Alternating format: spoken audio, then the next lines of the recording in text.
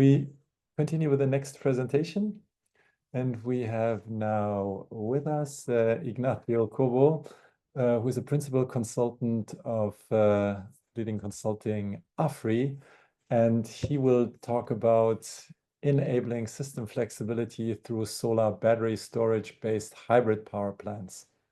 Nacho, the floor is yours. Thank you. Thank you for the presentation, and obviously thank you for the invitation.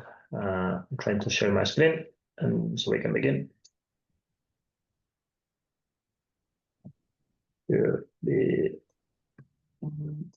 Okay. So we are going to talk on flexibility for the energy systems through hybrid solutions, which is basically the presentation that I'm going to be sharing. It is the main outcomes of a study we did for Solar Power Europe some months ago on the benefits that hybrid projects can bring onto the wider system to help doing a little bit of push and lobbying from the regulatory perspective. We will define what hybrid projects are because it is one of the big question marks that nowadays we have. But first of all, obviously the main goal of hybrid projects, we wanted to frame it in what it is called typically the energy trilemma. So hybrid projects on the one hand will support on the decarbonization ambition that we have. So first of all, obviously, it will help to integrate more renewables in the situation in which you are using batteries, or in the situation in which you are basically making use of the existing transmission networks without needing of reinforcement, increasing the greenness of the network in a way. And on the other hand, it has an indirect effect as well that it will displace hybrid projects will displace thermal power plants from the merit order, making the system greener. So first of all, hybrid projects help on the decarbonization goal. Second, on the grid resilience, which basically comes from, operatively speaking, and it is one of the topics that we have nowadays with all the blackout that we experience in Spain and so on. Hybrid projects definitely will help firming up the generation in the system. So basically making more controllable the production profile from the combination of renewables and or batteries will definitely help on the grid resilience or the security aspect of the energy trilemma. And last but not least, energy prices, because in the end, when we are hybridizing, we are making what we are doing. It is making the best use of the existing assets, being assets either land or connection network, whatsoever. We are optimizing basically the use of the existing assets, and by that it means that we can minimize or we can decrease the investments that are necessary, and thus the energy cost in the end, at the end of the day, for the final users will be decreased. We mentioned quite a lot on hybrid. I just wanted to mention that hybrid, it is the overall term that typically regulation encloses, and typically when we are speaking on the sector, we understand.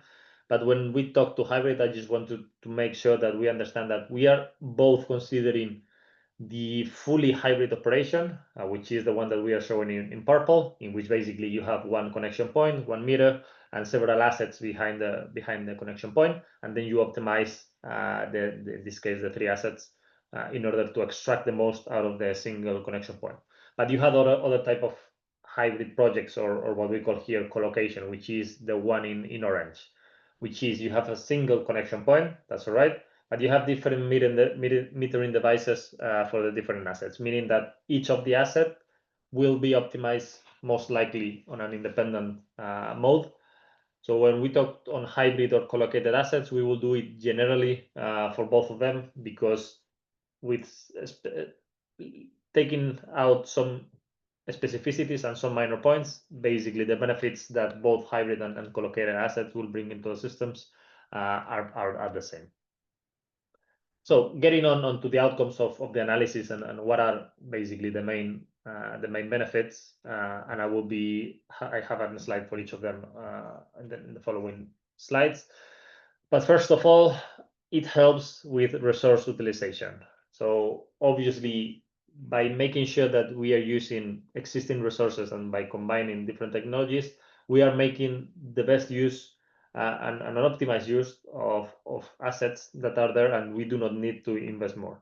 Then second benefit, it is on efficient storage uses, which basically coupling renewables with the storage in this case, and especially if we allow the battery to consume from the network, will have a very big impact in terms of the operation of the system, integrating renewables, minimizing curtailments, or providing ancillary services. So it is quite important to integrate in an efficient manner storage within hybrid projects. Then cost reduction as well, quite linked to the first point on resource utilization, which is by hybridizing projects, the amount of investments that we need to put on networks will decrease because we are making use of existing assets, and thus that will impact, or that will end up in an overall cost reduction of networks. Fourth point, curtailment avoided. Obviously, by integrating renewables between themselves, and especially with the storage, we are framing a scenario in which curtailment it is avoided. And we know that nowadays curtailment it is one of the main challenges that are being faced by renewable projects, especially by solar, given that the correlation of solar it is quite high between itself, and thus it tends to be sunny elsewhere, and it is a big problem that can be mitigated through the hybridization. And finally, increase reliability, making it because the outcome or the generation profile of a hybrid project will be closer to a base load, will be more controllable, and thus will have a direct impact on the controllability of the generation assets.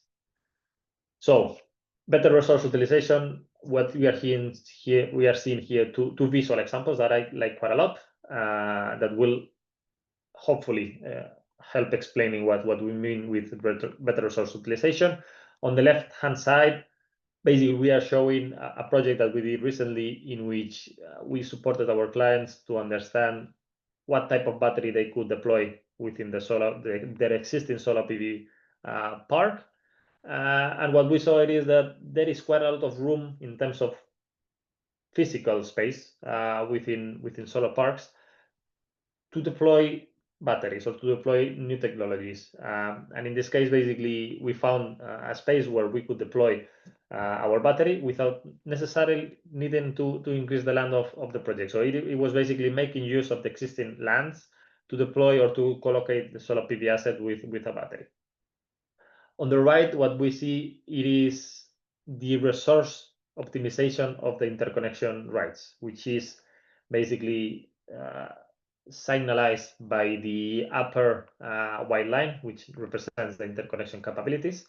And what we see in the purple line, which is basically the main generation output of the combination, in this case of onshore wind, solar PV, and a battery, it is that we are making use of the interconnection rights that we have at a very high level. If you compare it to the orange line, which would be a pure solar PV, obviously during non-sunlight hours, the interconnection it is not used. However, by hybridizing, you are able to increase the utilization of the interconnection capacity, which is optimal from the TSO perspective, as basically the investments are having a higher throughput through the network, and as we will see, individually for each of the assets will have benefits as well.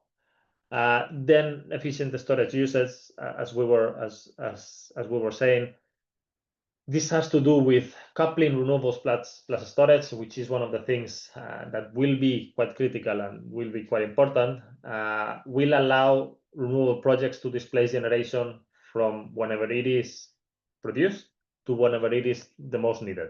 And at the middle of the chart, basically what we see, it is the typical profile of a solar PV project plus a battery, depending on whether we allow the project to charge or not charge from the grid. And what we see in the upper chart, which is the charging profile, is that the BESS or the battery coupled alongside the solar PV project tends to consume during sunlight hours because prices tends to be depressed, the so-called cannibalization, and charge during those hours instead of generating the solar PV.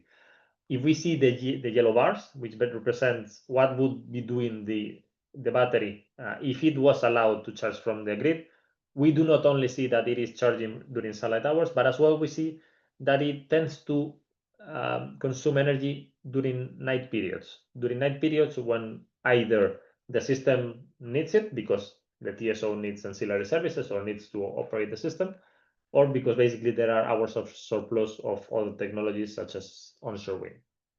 And on the below part, basically we see the discharging profile of the hybrid solar plus BESS type of project, which is we have managed to completely displace generation during sunlight hours, which again, we were saying they are fully cannibalized.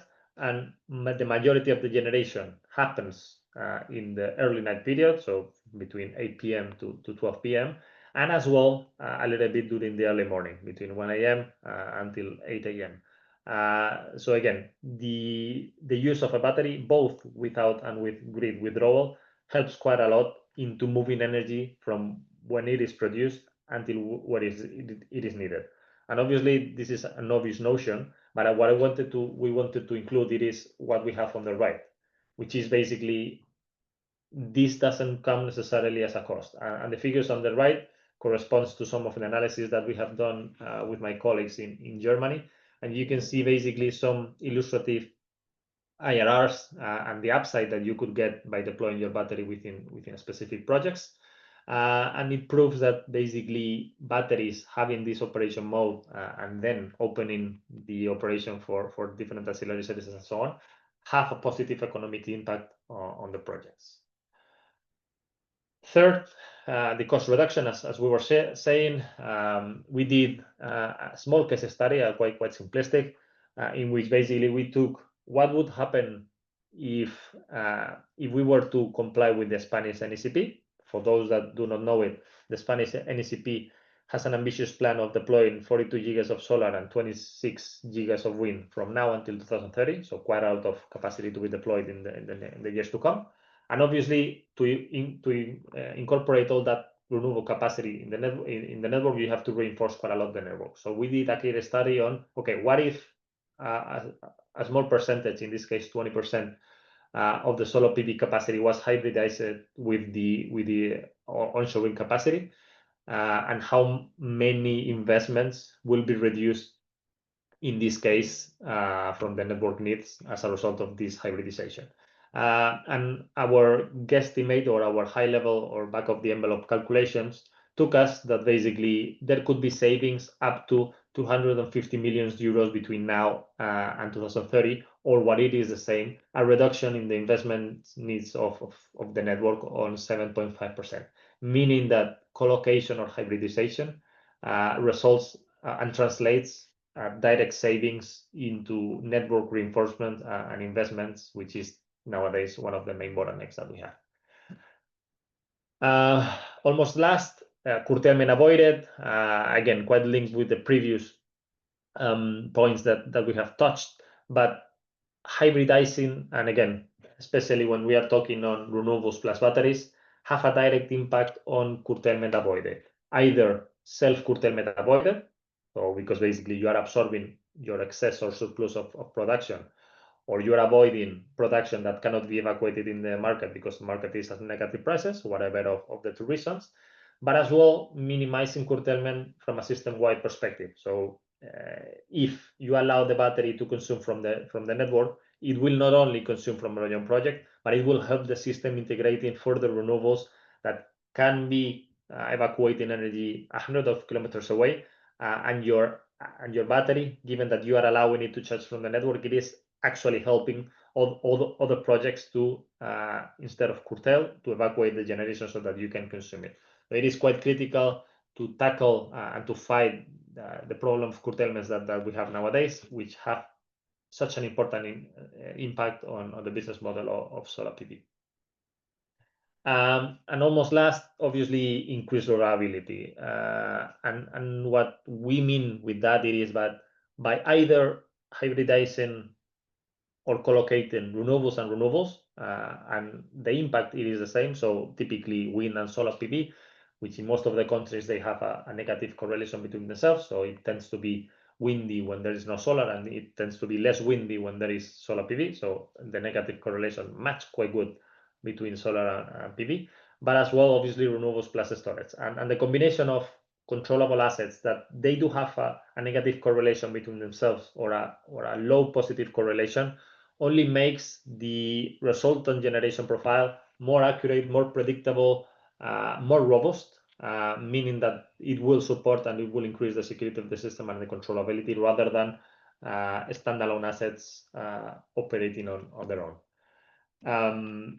This has basically been, as I was saying at the beginning, this has been a study that we did for Solar Power Europe recently. Here you have the context. It was a joint work between Carlos Costas and myself. Thank you so much for the invitation again. Thank you so much for listening. I think I've been quite decent in time. So now we'll stop sharing and open the floors for any question that the public may have. Thanks, Nacho. One quick question. So I think also here it's pretty obvious why one should do that. So what are the 3 obstacles basically that stand in the way to faster dissemination of hybrid solar? So I guess the first one would be definitely regulation. And one of the pieces of work that we did was around identifying gaps in the regulation and identifying good practices. And in general, it is always much easier to identify gaps than good practices. And it is one of the main outcomes. Regulation has to advance much quicker in order to recognize that a hybrid project it is an animal of its own.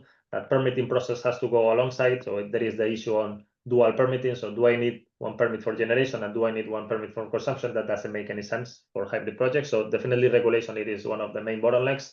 And the second one, it is probably remuneration regimes. So obviously, again, nowadays there are CFDs for renewables. There is a big hole in the sense of we have not seen that many cases of auctions or CFDs that have been awarded to hybrid projects, meaning that governments or regulators or the relevant parties are not looking yet for the right ways to incentivize this technology. So again, I think those 2 are probably the most important. And the third one, everything that has to do with batteries has a technological risk attached to it, not because the technology it is risky, but because it is a new technology. So again, we have to go through a learning process that will take us some time, but that is the organic growth, the third part. The first and second, so regulation and support, we need to start tackling them as of today. Okay, perfect. Thanks. I think there's a few questions in the chat. If you could address them in written form, that would be nice. Thanks a lot for joining. That was great. And the report that Ignacio has written is for free download on the Solar Power Europe website.